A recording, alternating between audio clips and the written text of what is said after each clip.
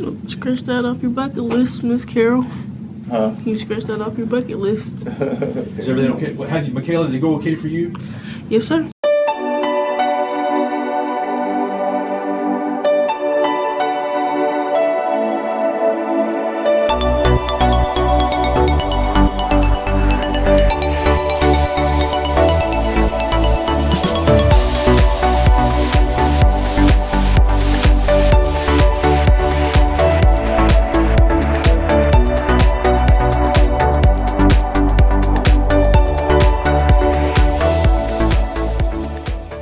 Praying for Diego, your son, and being broken over the fact that, he was caught up in the gang activity and the things that were going on in his life. Can you take us back to that morning? I think it was a Sunday morning that Pastor Sean was telling me that Diego and was it his girlfriend that came to church and joined you at church that Sunday? Mm-hmm. That Sunday he was telling Mom, I'm gonna go to church. He said, I'm coming to church, Mama. And I said, well, come on then. And he finally came. I always try to get him to come to church. He didn't not come to church, but I think it's about the grace of God that God drew Diego to that church that day. He came on. I thought he wasn't going to come, but he came in that door, and I said, Lord, hallelujah. He came and walked in that church. I was so thankful and grateful that he came to church.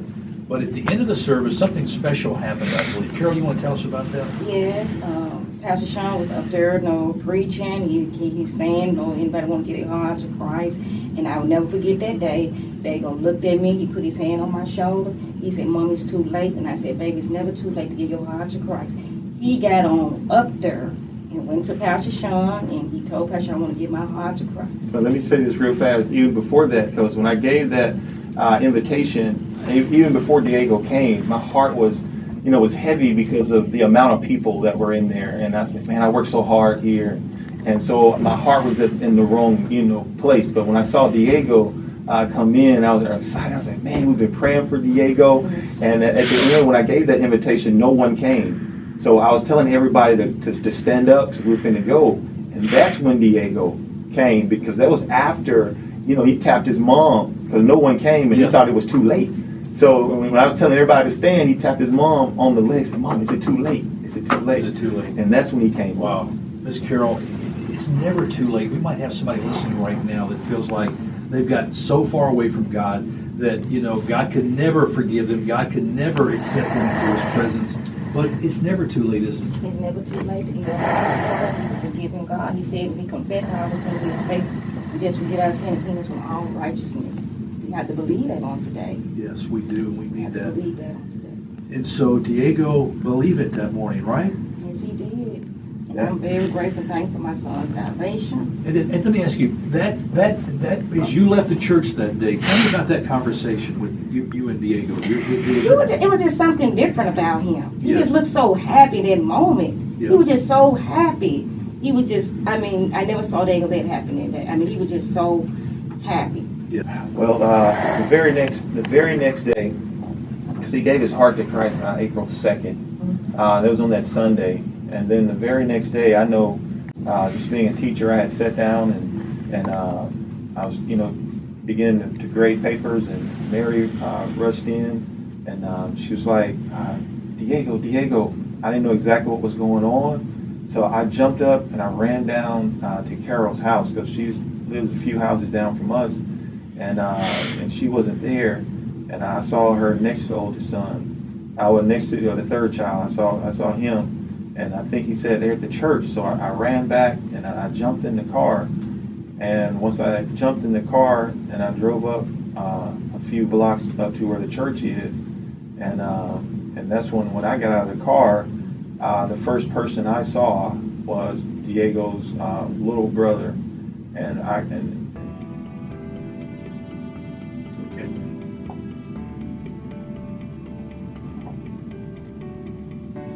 When I saw him, first thing he said was that my brother's dead. So that's when I walked on up and I saw Carol. I couldn't imagine, what she was going through at that time.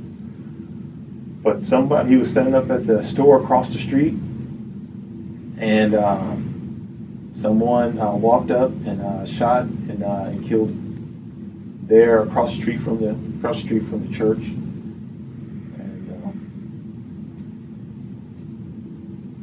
God bless you, Miss Carol. So you were there soon after the shooting took place? No, one of his friends came and got me. One of the ladies down the street came and got me, but I knew something was wrong that moment because his friend was crying. Yes. And he said, Miss Brown, he said, I'm sorry, I'm so sorry. And I like, what? He said, they just killed Diego. And that's when I rushed back in the truck with her, and we went to the store. And I went up there, but they wouldn't let me by, and I just saw his body laying by the store. God bless you, Miss Carol. And there was there any? Did the police discover why or what took place? Was it a robbery or no details of what happened? No, there's been a lot of things been was saying about that. There was a 15-year-old girl came and she was sent out by the older guy, and he the one told her to go up to the store and shoot my son. I'm so sorry. You said something in the beginning of our conversation, Miss Carol. You said it's never too late, and you also said that you prayed. You kept praying I kept praying and put my faith and trust in Jesus Christ. And he answered that prayer with Diego, didn't he? Yes, he did. Yes, he Yes, did. he did. So we know where Diego is now, and he's waiting for you. And Amen, and glory, waiting for me. Yes. Amen. He's waiting for all of us. Follow Christ, Diego. Is that what you're doing? He's like, yes, sir. I said, so you're saying you're going to give your heart to Christ? You're going to give your life away to him, Diego? That's what you're saying? He said, yes, sir. So even though he died, he was shot and killed the very next day, but it was by the grace of God, right, that he gave his heart to Christ throughout eternity, and that his mom's going to see him again, because this is a prayer warrior. God has radically changed Carol's life. She goes out, shares the gospel, tells people about Christ, and has given her the strength, Yes. all right, to deal with such a loss, but still grow.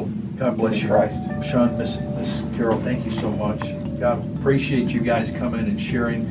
We're at a time we're going to have to say goodbye. And I also want to say this, Sean, you and your family, the school teaching job you had, you felt God leading you to quit that job so that you can be full-time pastor and full-time minister in the Binghamton community to see more life change. And hopefully others won't have to face the demise that Diego faced, Yes, sir.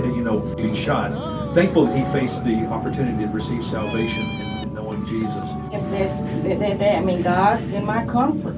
I mean, what it had me this tragedy right now, I use this tragedy to share Jesus, to get him the glory through this.